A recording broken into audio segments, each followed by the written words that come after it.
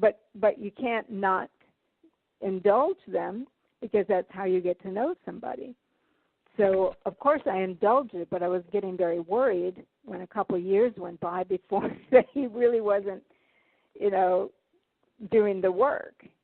But then he started, and it looked like, okay, it looks like we're going to get some good stuff here. And then all of a sudden, letter after letter, phone call after phone call became rich with things that I thought were workable for the book. But I really didn't, for 2 years, I wasn't sure. Well, you made it through. You made a fantastic book, which is nothing new for you, but I really love this one in particular, and that's why you were first on my list to get on to talk to about, Dennis Rader specifically, and not even so much his crimes, just him specifically. I felt like we got a whole picture of it here on today's show, and I really appreciate that.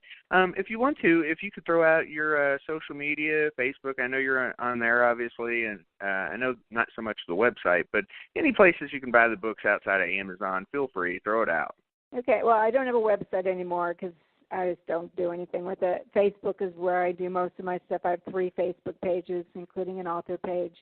I guess I have a Twitter thing. I don't do much with that either. I guess Facebook would be the place to find me. If you seem not creepy, I'll usually let you be a friend.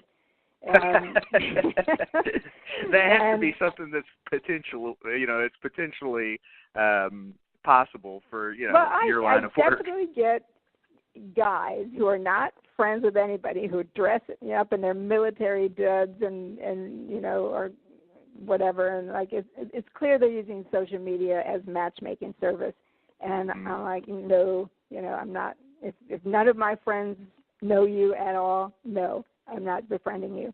Or if you or no face there, it's just a blank. There's all kinds of creepy things that come my way.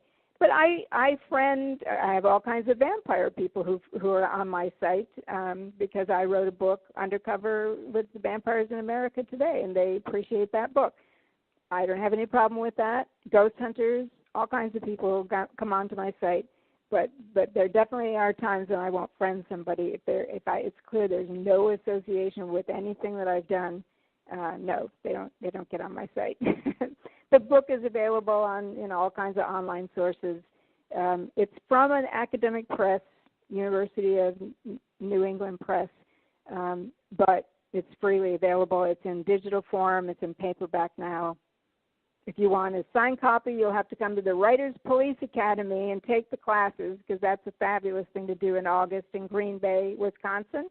And I will be there teaching classes on mass murderers and serial killers. We actually we have a good friend from Radford University, Mike Amat. He kind of leads a class as to the statistics of serial killers. And it's really interesting as well to talk to him because he comes from a different angle of yours where you're getting, kind of the feelings of it, whereas his is completely stat-based. Well, his is criminology. Mine is psychology. Yep. Exactly.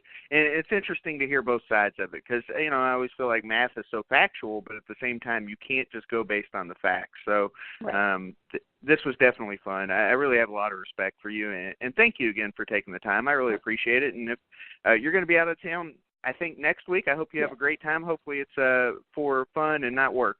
It's for writing, but that's fun. Absolutely, absolutely. Well, Katherine, again, thank you so much, and you take care, okay? Okay, thanks for having me. Bye. All right. Bye-bye.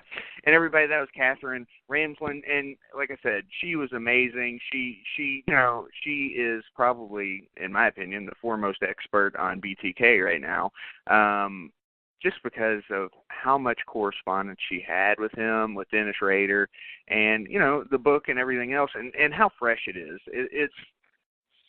This is not one of those things where a lot of the information's old, like the Ted Bundy case, because anything you write on Bundy, he's dead, there's nothing new. She is so fresh on this that there's just a lot of information for you to take in and learn about. And I think she comes at it from a different perspective than most. So this was part one of our, I guess main event of the month where we talk true crime. We'll be back next week with Johnny Trevisani from SerialKillerCalendar.com. Blake will be with us. Vic will obviously be with us. So we'll be talking next week. We'll be speaking again about Dennis Rader, and then the following week we get into our 3 episodes of The Twilight Zone that we talked about last night. So I hope everybody's having a great day. We'll talk to you guys later.